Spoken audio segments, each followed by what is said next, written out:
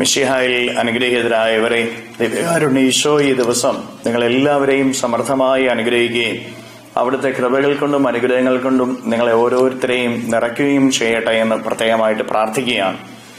വിശുദ്ധ ലൂക്കായുടെ സുവിശേഷം തന്നെ 4-ാമത്തെ അധ്യായത്തിന്റെ 16 മുതലുള്ള തിരുവചന ഭാഗങ്ങളില് ഈശോ സിനഗോഗിൽ പഠിപ്പിച്ചുകൊണ്ടിരിക്കുമ്പോൾ ദൈവവചനം തുറക്കുകയാണ്.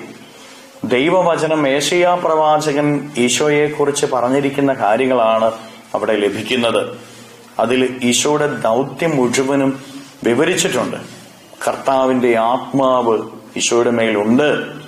ദരിദ്രരെ സുവിശേഷം അറിയിക്കാൻ, അടിച്ചമർത്തപ്പെട്ടവർക്കും ബന്ധിതർക്കുമൊക്കെ മോചനം കൊടുക്കാനൊക്കെ ആയിട്ട് ഈശോയെ ദൈവപിതാവ് അയച്ചിരിക്കുന്നു എന്നുള്ള തിരുവെഴുത്ത് ഈ വചനത്തിലൂടെ ഈശോ വായിക്കുക.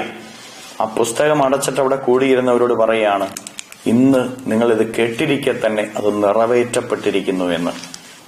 പ്രിയപ്പെട്ടവരെ, ഈശോ തന്റെ ദൗത്യത്തിന്റെ ആരംഭത്തിന് മുമ്പ് തന്നെ പറയുകയാണ്, ഇത് നിറവേറ്റപ്പെട്ടിരിക്കുന്നു. തന്റെ ദൗത്യത്തെക്കുറിച്ചുള്ള യഥാർത്ഥ ബോധ്യം ഈശോയ്ക്കുണ്ടായിരുന്നു.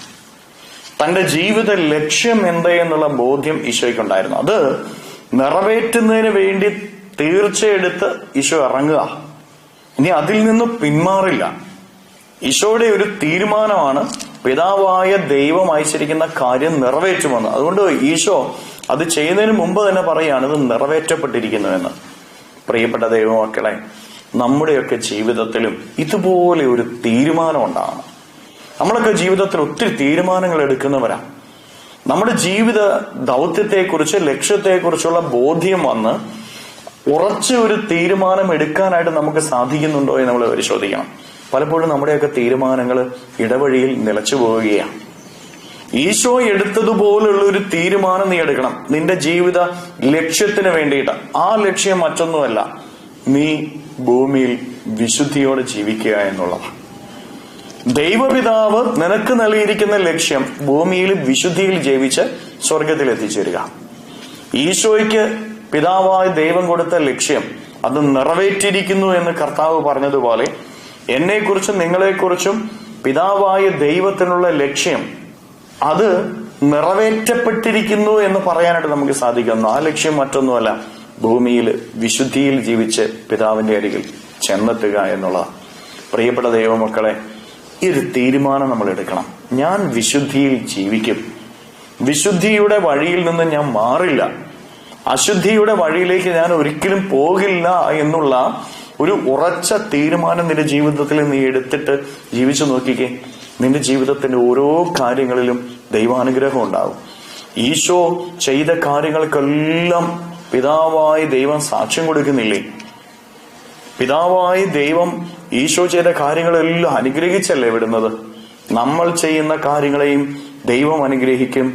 വിശുദ്ധിക്ക് വേണ്ടിയിട്ടുള്ള ഒരു ഉറച്ച തീരുമാനം നിന്റെ ജീവിതത്തിൽ എടുത്താൽ, വിശുദ്ധിയിൽ നീ നിലനിന്നാൽ, കരങ്ങളെ യാചനയോടെ പിടിച്ച് നമ്മുടെ ജീവിതത്തിന്റെ വഴികളെ, അധ്വാനങ്ങളെല്ലാം ഈശോയ്ക്ക് കൊടുക്കാം. പ്രത്യേകിച്ച് നമ്മൾ പുതിയ ഒരാഴ്ചയിലായിരിക്കുമ്പോൾ ഈ ആഴ്ചത്തെ എല്ലാ കാര്യങ്ങളെയും ഈശോയ്ക്ക് കൊടുത്തുകൊണ്ട് സ്തുതിച്ച് ആശീർവാദം സ്വീകരിക്കാം. ഹല്ലേലൂയ. ഈശോയെ നന്ദി. Hallelujah, hallelujah, hallelujah, hallelujah, hallelujah, hallelujah, hallelujah. കർത്താവായ ഈശോയെ, അങ്ങേ ഞങ്ങൾ ആരാധിക്കുന്നു, സ്തുതിക്കുന്നു, മഹത്വപ്പെടുത്തുന്നു. ഈശോയെ, അവിടുത്തെ കൃപ വർഷിക്കണമേ, അവിടുത്തെ അനുഗ്രഹങ്ങൾ വർഷിക്കണമേ. കർത്താവേ, ഇവരുടെ ഈ ആഴ്ചത്തെ എല്ലാ അധ്വാനങ്ങളിലും പ്രയത്നങ്ങളിലും അങ്ങയുടെ സംരക്ഷണം ഉണ്ടാകട്ടെ, അങ്ങയുടെ സാന്നിധ്യം ഉണ്ടാകട്ടെ, അങ്ങയുടെ കൃപ ഇവർക്ക് ലഭിക്കട്ടെ. കർത്താവെ, അങ്ങയുടെ ചൈതന്യം ഇവരിലേക്ക് ഒഴുകട്ടെ എന്ന് പ്രാർത്ഥിക്കുന്നു. ഇവരുടെ ജീവിതത്തിൽ നിന്ന്, ജീവിതത്തിന്റെ വഴികളിൽ നിന്ന്, അധ്വാന മേഖലകളിൽ നിന്ന് സർവ്വവിധ തിന്മയുടെ ശക്തികളും പൈശാചിക അരൂപികളും ദുഷ്ടാരൂപികളും നിർവീര്യമായി തീരട്ടെ എന്ന് കേൾപ്പിക്കുന്നു. അന്ധകാര ശക്തിയിൽ വിട്ടുപോട്ടെ എന്ന് കേൾപ്പിക്കുന്നു. ദുരാത്മശക്തിയിൽ മാറിപ്പോട്ടെ എന്ന് കേൾപ്പിക്കുന്നു. Hallelujah, hallelujah, hallelujah, hallelujah.